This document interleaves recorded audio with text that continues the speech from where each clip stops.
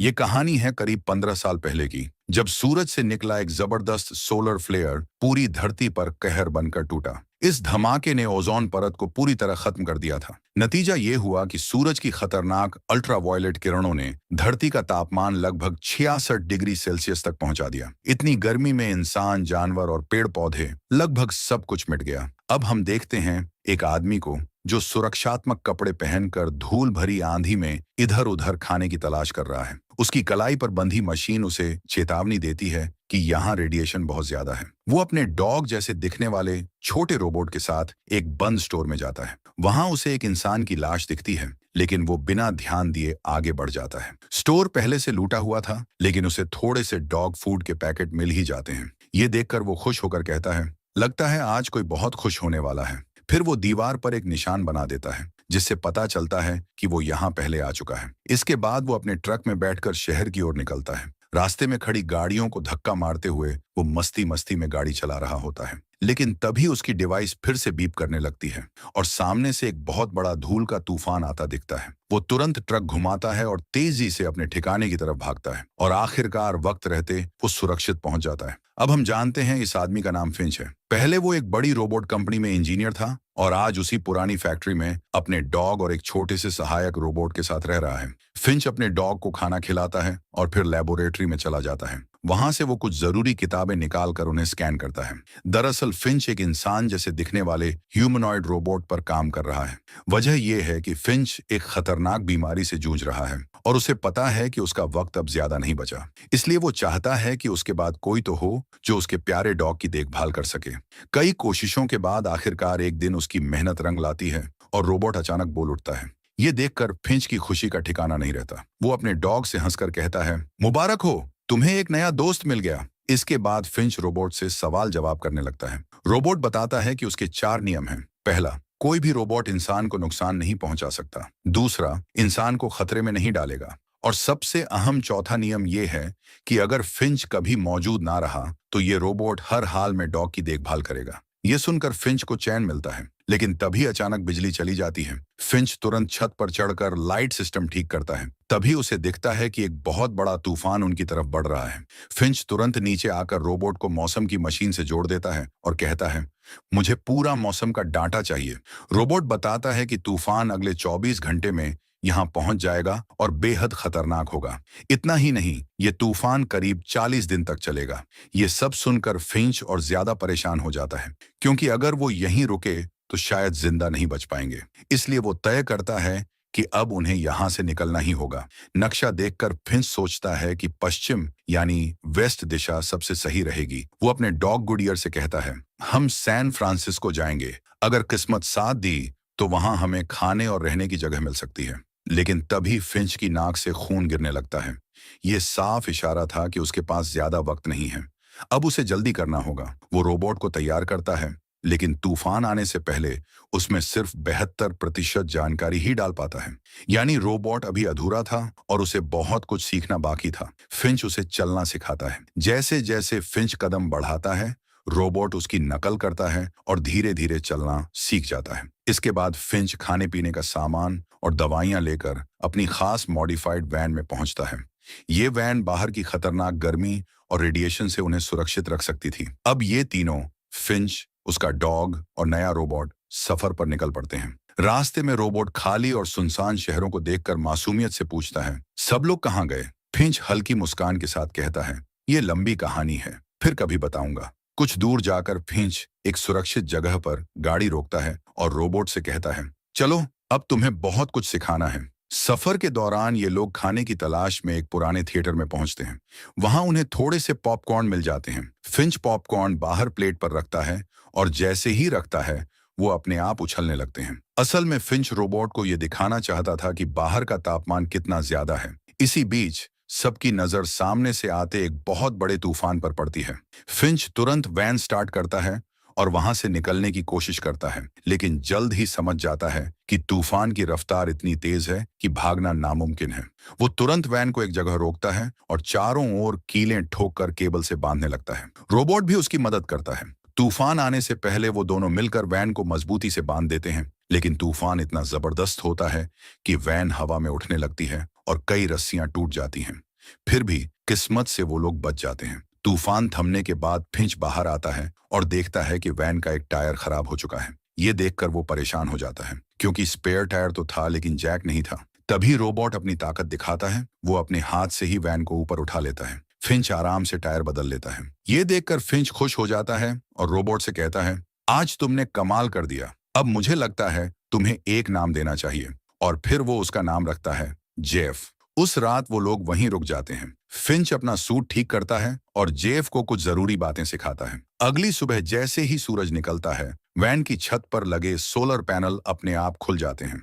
तभी फिंच की नींद खुलती है और वो देखता है कि जेफ डॉग की नकल कर रहा है। फिंच हंसते हुए कहता है, सुबह सुबह इतना शोर मत करो। इस पर जेफ कहता है, मुझे लगता है डॉग मुझे पसंद नहीं करता। फिंच जवाब देता है, ऐसा नहीं है, बस उसे तुम पर अभी भरोसा नहीं हुआ है। अब फिंच अपने अगले सफर पर निकल पड़ता है। काफी दूर जाने के बाद अचानक उसकी तबीयत बिगड़ने लगती है। तभी जेफ ड्राइव करने की बात करता है, लेकिन फिंच हंसकर कहता है, नहीं, तुम अभी कल ही पैदा हुए हो।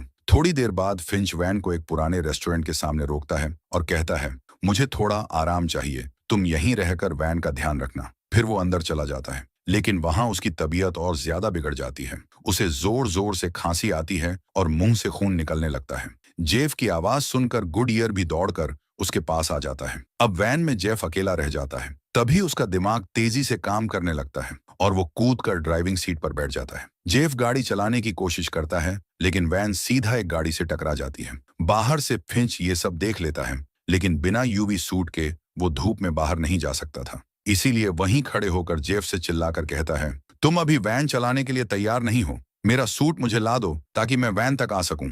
लेकिन जेफ उसकी बात ठीक से समझ नहीं पाता और दोबारा वैन को चालू कर देता है और फिर से टकरा देता है। ये देखकर फिंच गुस्से में आ जाता है। वो जेफ को पास बुलाता है और जैसे ही अपना हाथ धूप में बाहर निकालता है, उसकी त्वचा जलने लगती है। फिंच गंभीर होकर कहता है, माना कि तुम कल ही बने हो, लेकिन अब तुम्हें बड़ा होना पड़ेगा। मैंने तुम्हें इसलिए बनाया है ताकि तुम इस डॉग का ध्यान रख सको, क्योंकि ये तुम्हारी तरह धूप में जिंदा नहीं रह सकता। अब फिंच को एहसास होता है कि वक्त आ गया है जेफ को ड्राइविंग सिखाने का। वो धीरे धीरे उसे गाड़ी चलाना सिखाने लगता है। जेफ की सीखने की क्षमता बहुत तेज थी। थोड़े ही समय में वो सही तरह से वैन चलाना सीख जाता है। जेफ को गाड़ी चलाना सीखते देख फिंच बहुत खुश हो जाता है। फिर रात में ये लोग एक जगह रुकते हैं और आग जलाते हैं। आग के पास बैठकर फिंच अपने पुराने दिनों को याद करने लगता है। वो आसमान की तरफ देखता है और जेफ से कहता है, देखो आसमान कितना सुंदर है, अब तुम्हें अरोरा देखने के लिए अलास्का जाने की जरूरत नहीं। तभी जेफ मासूमियत से पूछता है, अगर सूरज की रोशनी इतनी खतरनाक है तो हम रात में सफर क्यों नहीं करते? इस पर फिंच समझाता है कि रात भी सुरक्षित नहीं है, क्योंकि कुछ लोग अब भी जिंदा हैं। वो दिन में छिपे रहते हैं और रात होते ही बाहर निकलकर दूसरों पर हमला करते हैं। ऐसे लोग खाने पीने का सामान छीनने के लिए जान तक ले सकते हैं। ठंडी रात में फिंच वैन के अंदर सोने चला जाता है, जबकि जेफ बाहर आग के पास बैठा रहता है। अगली सुबह अचानक वैन से खांसने की आवाज आती है। जेफ दौड़कर अंदर जाता है और देखता है कि फिंच उल्टियां कर रहा है और उसकी हालत बहुत खराब है। वो एक गीला कपड़ा उसके माथे पर रखता है, लेकिन असल में फिंच को डॉक्टर की जरूरत थी, जो वहां कहीं नहीं था। इसलिए जेफ खुद वैन चलाकर सफर जारी रखता है और थोड़ी देर में एक सुनसान शहर में पहुंचता है। वहां फिंच गहरी नींद में सो रहा होता है। जेफ और छोटा डॉग रोबोट वैन से बाहर निकलते हैं और जरूरी चीजें खोजने एक अस्पताल में जाते हैं। वहां जेफ को कुछ दवाइयां और एक जैकेट मिल जाती है। इसी बीच छोटा रोबोट एक खिलौना उठाने की कोशिश करता है और छुपे हुए जाल में फंसकर टूट जाता है। तभी फिंच वहां पहुंचता है और टूटे हुए रोबोट को हमेशा के लिए बंद कर देता है। ये देखकर वो बहुत दुखी हो जाता है। उसी वक्त जेफ वापस आता है, जिसके हाथ में ढेर सारी दवाइयां थीं। फिंच गुस्से में कहता है, तुम्हें यहाँ नहीं आना चाहिए था, ये जगह बहुत खतरनाक है। और फिर दोनों जल्दी से वैन में बैठकर वहां से निकल जाते हैं। लेकिन तभी हमें दिखता है कि एक और गाड़ी स्टार्ट होती है, यानी किसी ने इन्हें देख लिया था। अब फिंच को डर सताने लगता है। रात होते होते वो देखता है कि एक कार उनकी वैन का पीछा कर रही है। पीछा छुड़ाने के लिए फिंच वैन को हाईवे से नीचे उतार देता है, लेकिन जल्दबाजी में वैन पुल के नीचे फंस जाती है और उसके ऊपर लगे सोलर पैनल टूट जाते हैं। ये देखकर फिंच घबरा जाता है और उसके हाथ पांव कांपने लगते हैं। तभी जेफ हिम्मत दिखाता है। वो वैन से नीचे उतरता है और धक्का मारकर वैन को पुल के नीचे पूरी तरह छुपा देता है। जब पीछा कर रहे लोग वहां पहुंचते हैं तो उन्हें वैन दिखाई नहीं देती और आखिरकार वो वहां से चले जाते हैं। इसके बाद फिंच टूटे हुए सोलर पैनल्स को देखकर बहुत उदास हो जाता है। वो जेफ से कहता है, अब शायद हम कभी सैन फ्रांसिस्को नहीं पहुंच पाएंगे। इस पर जेफ उसे हिम्मत देता है, तुम ऐसे हार मत मानो, मुझे तुम पर भरोसा है, हम जरूर गोल्डन गेट ब्रिज तक पहुंचेंगे। फिंच धीरे से मुस्कुराता है और जेफ को अपनी जिंदगी की एक दर्दनाक कहानी सुनाता है। वो कहता है, जब सूरज की खतरनाक किरणों ने सब बर्बाद कर दिया था तो लोग सिर्फ खाने के लिए हैवान बन गए थे। एक दिन मैं भी खाने की तलाश में एक मॉल गया। वहां सब लूटा जा चुका था, लेकिन मुझे किस्मत से नूडल्स का एक पैकेट मिल गया। तभी वहां एक औरत अपनी छोटी सी बच्ची के साथ आई। उनके पास काफी खाना था, लेकिन उस बच्ची के हाथ में बंदूक थी। मैं डर गया और छिप गया। फिंच आगे बताता है, इसी बीच एक आदमी कार से वहां आया और उनका खाना छीनने की कोशिश करने लगा। जब उन्होंने मना किया तो उसने दोनों को गोली मार दी। उनकी मौके पर ही मौत हो गई। मैं उनके पास गया तो अचानक एक आवाज आई। वो आवाज उस बच्ची के बैग से आ रही थी। मैंने बैग खोला तो उसमें एक छोटा सा पिल्ला निकला। इंसानों को भूख ने हैवान बना दिया था और मैं बस एक डरपोक इंसान की तरह सब देखता रह गया। ये कहानी सुनकर जेफ चुप हो जाता है। अगली सुबह वे फिर से सफर शुरू करते हैं। रास्ते में जेफ कुछ पोस्ट कार्ड्स पढ़ता है जो फिंच के पापा ने उसे भेजे थे। तभी अचानक एक तितली वैन की खिड़की से टकराती है। जेफ ये बात फिंच को बताता है और फिंच हैरान रह जाता है।